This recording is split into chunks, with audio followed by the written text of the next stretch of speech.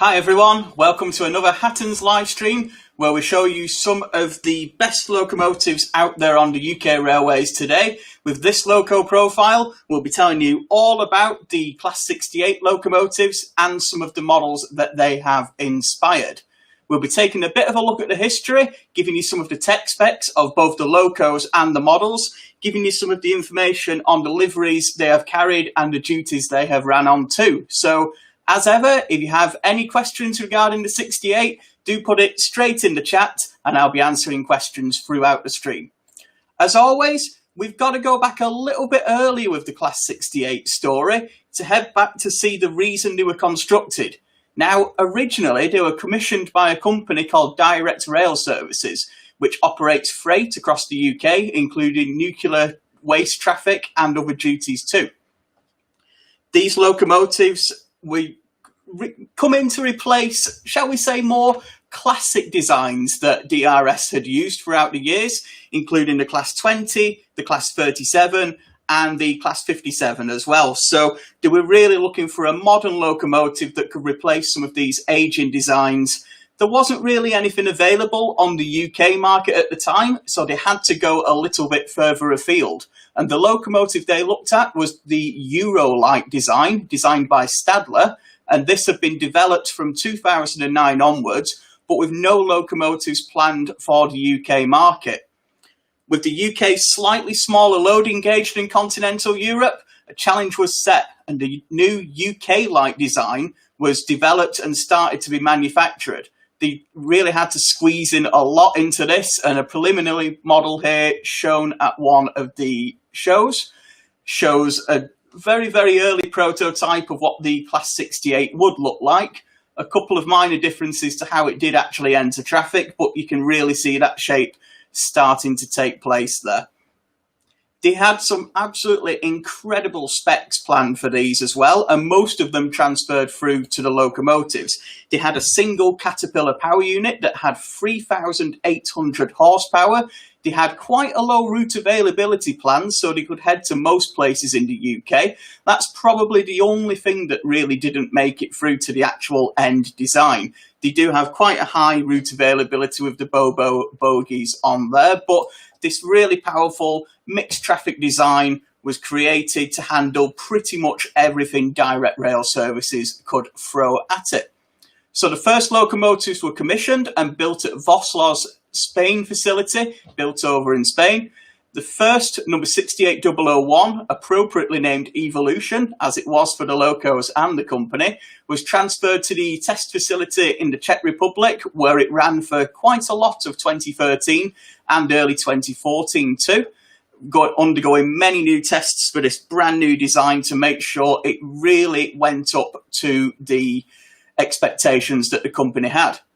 The first loco arrived in 2014 in the UK, and that was 68002. But very shortly, the first members of the class settled down into service with Direct Rail Services, not only being used on freight duties, as you'd expect by the company, but with its growing market, they expanded into operating the prestigious Northern Bell train, as you see here, with number 68002, and also some passenger services further afield. One of the first companies to take up the market on Class 68s and sublease them from Direct Rail Services was the Chiltern Railways, who still used the locomotives on regular duties between London Marylebone and Birmingham and other destinations such as Kidderminster and Banbury. We'll come back to the passenger duties a little later, but we'll cover some more of the story first. The design really was a success. It was one of the first brand new mixed traffic locomotives to have been built in the UK for quite some years, with the previous locos being the Class 67s that were built around 15 years before them. There'd been many freight-only locos built in this time, with several more Class 66s and the new, or then new, Class 70s coming through too. But this design really had it where it counted for passenger work. It had the electric train heating, and some of the models and locomotives were built for multiple working with different coaching stock too. So, we've already started the story. We've looked at some of their first passenger operations, but they really did start to spread their wings very soon, and a further order was placed for more locomotives in 2015. By now, another operator had taken up the Class 68, again subleased from Direct Rail Services, and this was ScotRail, who hired 2 locomotives that were painted in their distinct saltire livery, and these were used for commuter trains running out of Edinburgh and around what they call the Fife Circle, so over the famous Forth Bridge. Another operator who really took an interest in the Class 68s for a short period was Northern Rail, who used them alongside the Class 37 locomotives, which were also hired from Direct Rail Services, on loco hauled services along the Cumbrian coast. Both of these duties, the ScotRail and the Cumbrian coast workings, saw them used with rakes of Mark II coaches. So these really modern loco designs working alongside coaches from the 1970s, which were still up to task, but were getting a little bit long in the tooth as well. Coming back to Chiltern briefly, you'll see that they are paired there with Chiltern Railway's fully refurbished Mark III coaches, which have Wi-Fi, plug doors, air conditioning, pretty much everything you'd expect from a 21st century train. So the demand is already growing for the Class 68. It's proven itself in service, being hired out to lots of different operators and different passenger users too. Direct Rail Services themselves mainly use the locomotives on nuclear flask duties, transporting nuclear waste from nuclear power stations to the decommissioning plants across the UK. You'll often see 2 of them together, as you see in this photo, with a couple of nuclear flasks behind. I believe that photo is somewhere in North Wales, somewhere on Anglesey, that one, but you can see them across the UK in that particular style. So the 68 story carried on. In total, there are now 34 different Class 68s in service across a number of different operators in some of the liveries that you see here in front of me, which we'll go into detail on. The names is one thing that has really captured the imagination of a lot of enthusiasts across the network, with names on the locomotives being copied from previous standard express locomotives such as the Westerns, the Warships and the Class 87s too. So those of you who've seen the 68s out there on the network may recognise some of the names that the classes have carried, because they are reused from some of the most famous diesel and electric locos to have run before them. So the story changed a little bit recently. And this is one different design, and this really is getting right as modern as it gets. You'll notice that all the 68 liveries here, bar one, have the yellow end on them. Now that was a British standard for many, many years, from the 1960s right up until a couple of years ago. Every locomotive on the British Railway network, apart from steam locomotives, did need a yellow warning panel on the front to alert trackside workers and signalmen that there was indeed a train coming. With brighter lights fitted to the front of locomotives, this rule was done away with, and the 68s were actually one of the first locomotives to carry a livery that didn't have the yellow panel on the front of it. This, of course, is the TransPennine Express livery. I can see a couple of you already asking about it in the chat. It is completely different to the other liveries we've seen so far, making the locos almost look futuristic. And these are paired with Mark V coaches and used by TransPennine Express on different duties between Manchester, Liverpool, York, Leeds, and I believe in the future they will be extending to places in the northeast, such as Redcar as well. So the Class 68s have only been around on the UK network for 6 years now, but they really are making their mark. You can see them pretty much across the whole of the UK on a variety of different duties under many different operators, and you can split them up in the liveries as well if you wished. I've got a great example here of a locomotive in the TransPennine livery being used on a freight working there. That's heading down the Settle and Carlisle Railway in the north of England. So you don't particularly need to pair one of your express passenger locos with express passenger coaches either. As they are all owned by Beacon Rail and leased to the different companies, they can be moved around every now and then. So it is common to see some of the dedicated locos in certain liveries on different operations. Anyway, let's take a bit of a closer look at the models. So Dapol has produced the models of the N-Gauge and the 00 versions of the Class 68. We've got quite a few liveries on show now as well. So starting off with the original livery, which is the direct rail services style, as the locomotives would have been delivered from 2014 onwards.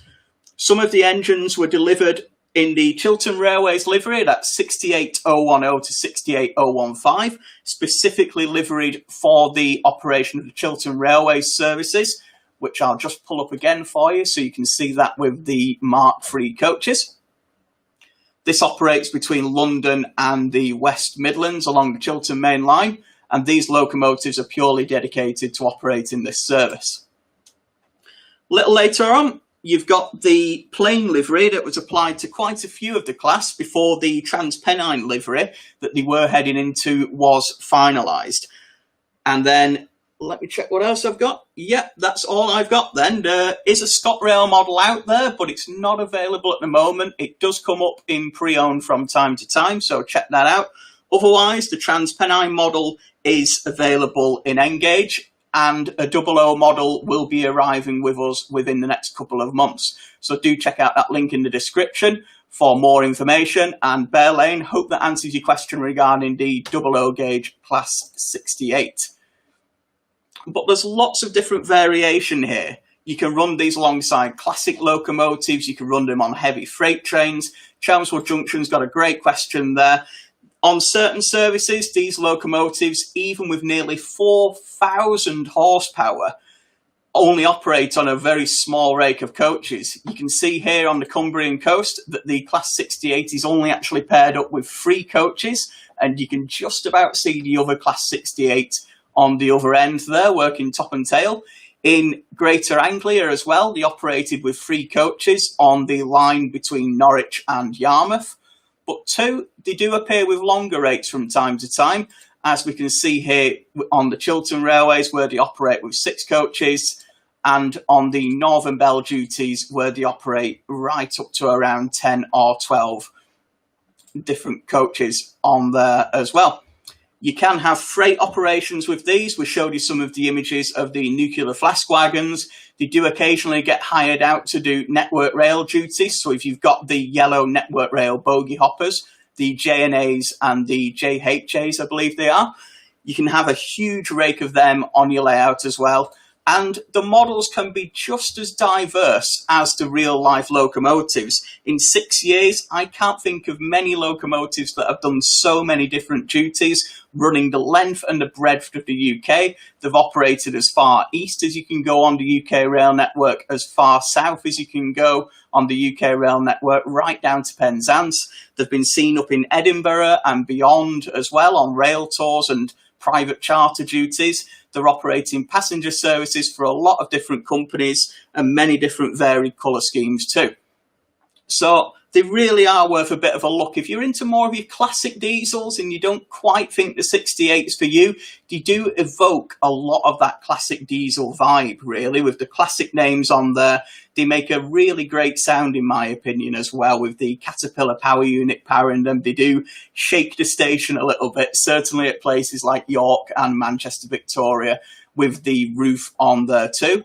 Ryan there, thank you very much for your comment. They go even further than Edinburgh. They head right up to Inverness on the container trains there too. So that's even another freight duty that you could consider for one of these models on your layout. But you can have a mix. You can have short trains, as you see here, with just 3 flask wagons and 2 locomotives. You can have long trains, such as Ryan mentioned there, with the container traffic too.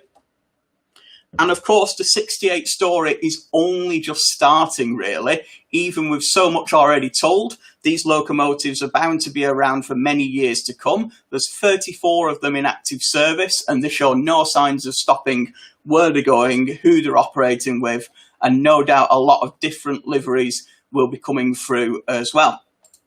So the models here on a Mulder, you can get the models in N-Gauge and 00 with digital or digital sound pre-fitted.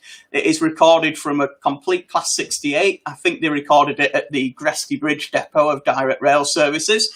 So you can pick up any of these models here, either standard digital ready, digital sound, or digital fitted. That's even in the N-Gauge as well. You do a digital sound fitted version, even in that really small scale.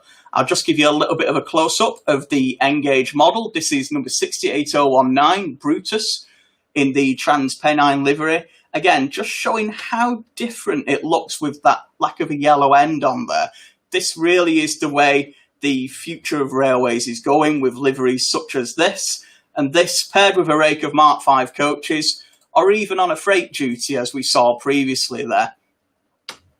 Some great opportunities to get that unusual livery onto your layout.